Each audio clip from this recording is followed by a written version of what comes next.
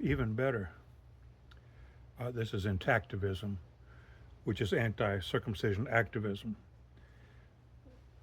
We need to put the word out. There's another, just brainstorming here,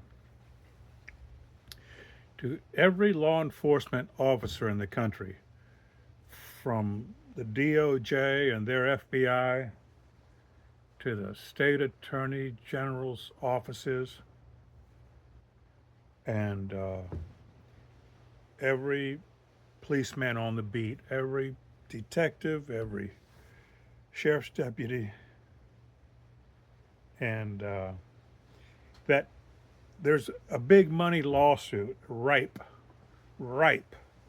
for filing. Because since aggravated child abuse is the law, and since you have a constitutional right to be secure in your person,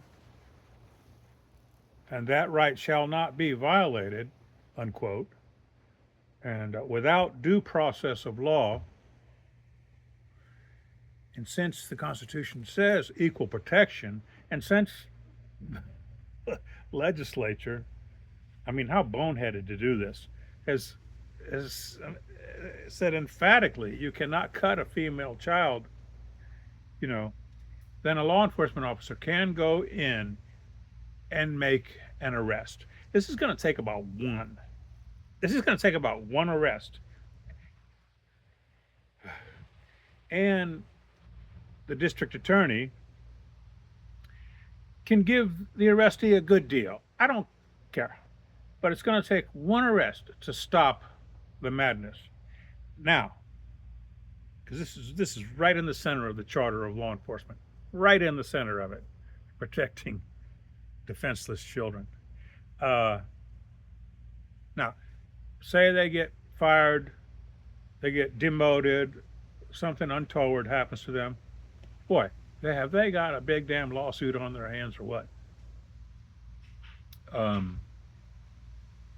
I was observing in the description field of my last video this morning, or that when Kobe Bryant died in a helicopter crash, and his daughter and 8 or 10 or 12 other people, I don't remember, the first responder took some photos of the crash scene, something first responders often do. Now, there might be more to this story. I mean, you think there has to be. But so one of these people that had the photos on his phone, he showed them to his friend. Never got into the wild. They never got into the wild. Natural, wanted to process what he'd seen, and it's you got to take care of yourself, because it's traumatizing for everyone. Vanessa Bryant and another co-defendant got $30 million for that small misstep, showing the photos to a friend. I got to have that wrong. I admit it. I must have that wrong. But if anybody knows more about it, please comment below. Now, here's another case. Maya Kowalski, this was in Tampa, Florida, or around there. She had a condition. A girl that's growing, and there was some pain syndrome set in. You can look it up. And her doctor, she had to go to, I'm sure, a few doctors to get it figured out. And she did. Her doctor, she found a doctor. They figured it out. And so she's in the hospital because she's dealing with intense pain. In the hospital, some specialist that was, I think, a contractor for the hospitals there, and she does this child welfare thing.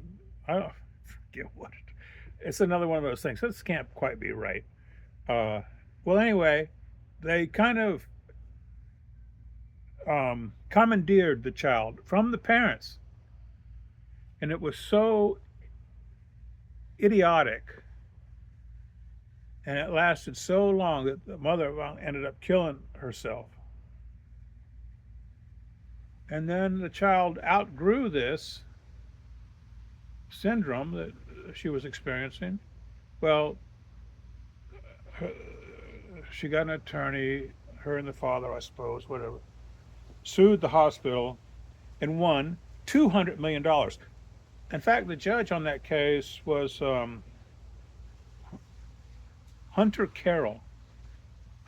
He recused himself twice from cases that I filed in Sarasota. Weird. Yeah, stranger than fiction.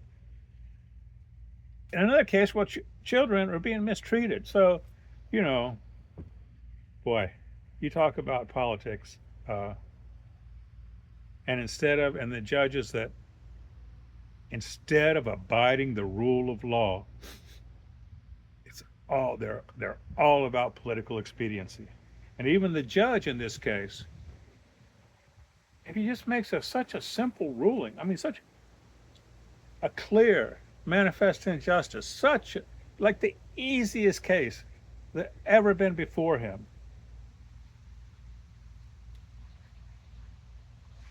And now, if he gets decommissioned in some way, of course, they're trying to abide a constituency of voters. But anyway, neither here nor there. It really isn't. Um, he also has this lawsuit's open to a lot of people. A lot of people. And who wouldn't like that?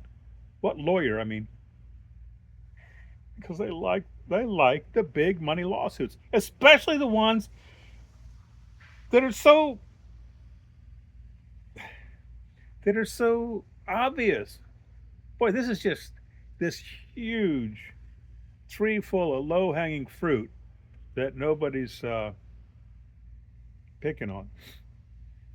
When it was me suing Sarasota Memorial Hospital for $100 million, or no, maybe I was suing the state attorney in the Fifth Circuit in Ocala, Florida.